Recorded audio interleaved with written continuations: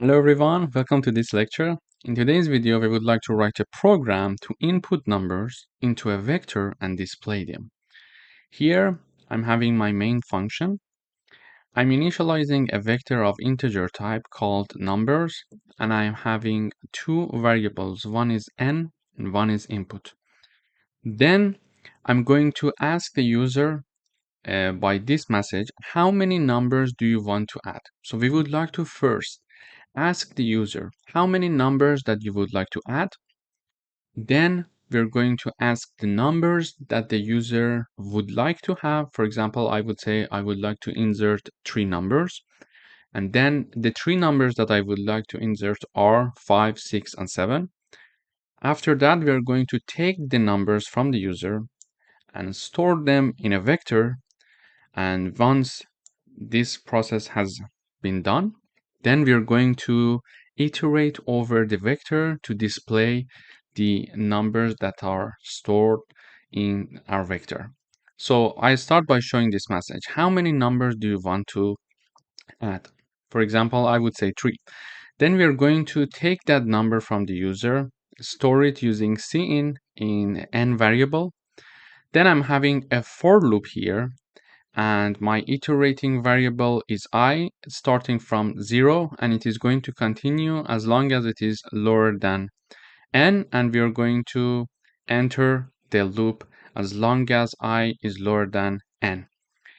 Then in each iteration we are showing this message to the user: enter a number. Whatever the user is going to enter, we're going to use the cin syntax to store it in the input variable that we initialized above. Then, when it is stored in input variable, in the very same iteration, we are using the pushback function in vectors to insert this input variable into our numbers vector. Okay? And then when this process has been finished, we are going to show the vector by iterating through its elements. Here I'm having a for loop. My iterating variable is called num, and num is going to iterate over the vector numbers, and in each iteration we are going to show num in the output. So let me illustrate it with an example. For example, imagine that the user says that the user is going to enter 3 numbers, so n equals 3, and numbers for the iteration will be this one. So I equals 0, I equals 1, and I equals 2. So we are going to have 3 iterations here for this loop, okay, starting from 0 as long as I is lower than n equals 3. So I equals 0, I equals 1, and I equals 2 are the possible iteration numbers that our iterating variable I is going to take. Then in each iteration, for example, when I equals 0, we are going to ask the user enter a number, and the user, for example, is going to enter, for example, 5 in the first iteration. So we are going to take that 5 and store it in input. And then we are going to push back input to our vector, okay, to our vector. And our vector is numbers. To use the pushback function, we learned that we type down the name of our vector dot pushback. Then in parentheses, we type down the variable that we would like to be inserted to our vector. Therefore, our vector is having the value 5 in the after the first iteration. Okay, then I equals 1. We are going to, and the input is going to be 6, for example. The user is going to say, okay, the next number is 6. Then using again the pushback, we are pushbacking the variable input to our vector. Oops, this is I.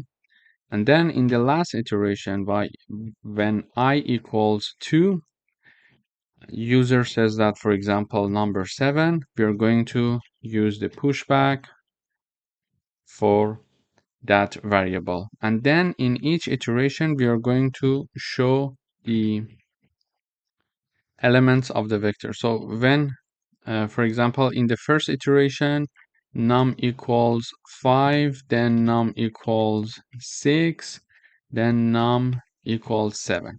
So let me run the code, and then we are going to analyze the code and validate our expectation here that we type down in comments. So when I run this code, I see this message. How many numbers do you want to add? So how many numbers do you want to add? So this part is being executed. And I would say 3, for example. And when I enter 3, it is going to be stored in the variable n. So I enter. It says enter a number. So I would like to say the first number that I want to have in my vector is number 5. It says, okay, so here we are now. Enter a number. We are going to iterate from I equals to 0 until it is lower than 3. Then in the first iteration, I entered 5. So 5 is stored in input, and input is pushed back to the numbers vector. And the next one, I would say 6. The next one, I would say 7. And when the 3 elements are finished, here we are having the loop that we are looping over the vector, and it is showing this message you entered, and then we're going to see out the value of the num variable, which is iterating variable in each iteration. So here it says you entered, this is this message, 5, 6, and 7. So 5, 6, and 7. This is exactly what we expected to see in the output. We could say, for example, I would like to enter 10 numbers, or like 5 numbers. For example, how many numbers do you want to enter? I would say 5. So it is going to ask me to enter 5 numbers, because now it is going to have the I equals to 0, and as long as I is lower than 5, so I equals 0, I equal 1, 2, 3, and 4. So we can enter 5 numbers. So first 10, then 20, then 30, 40, and 50. And then it is going to iterate over the vector and show everything in the output here, as you can see.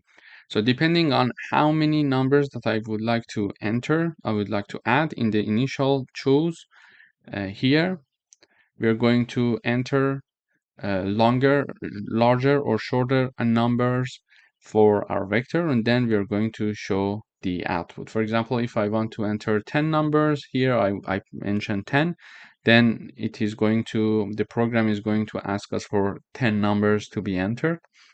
Then in the output, we are going to have, for example, 10 numbers to be printed in the output. Thank you for watching.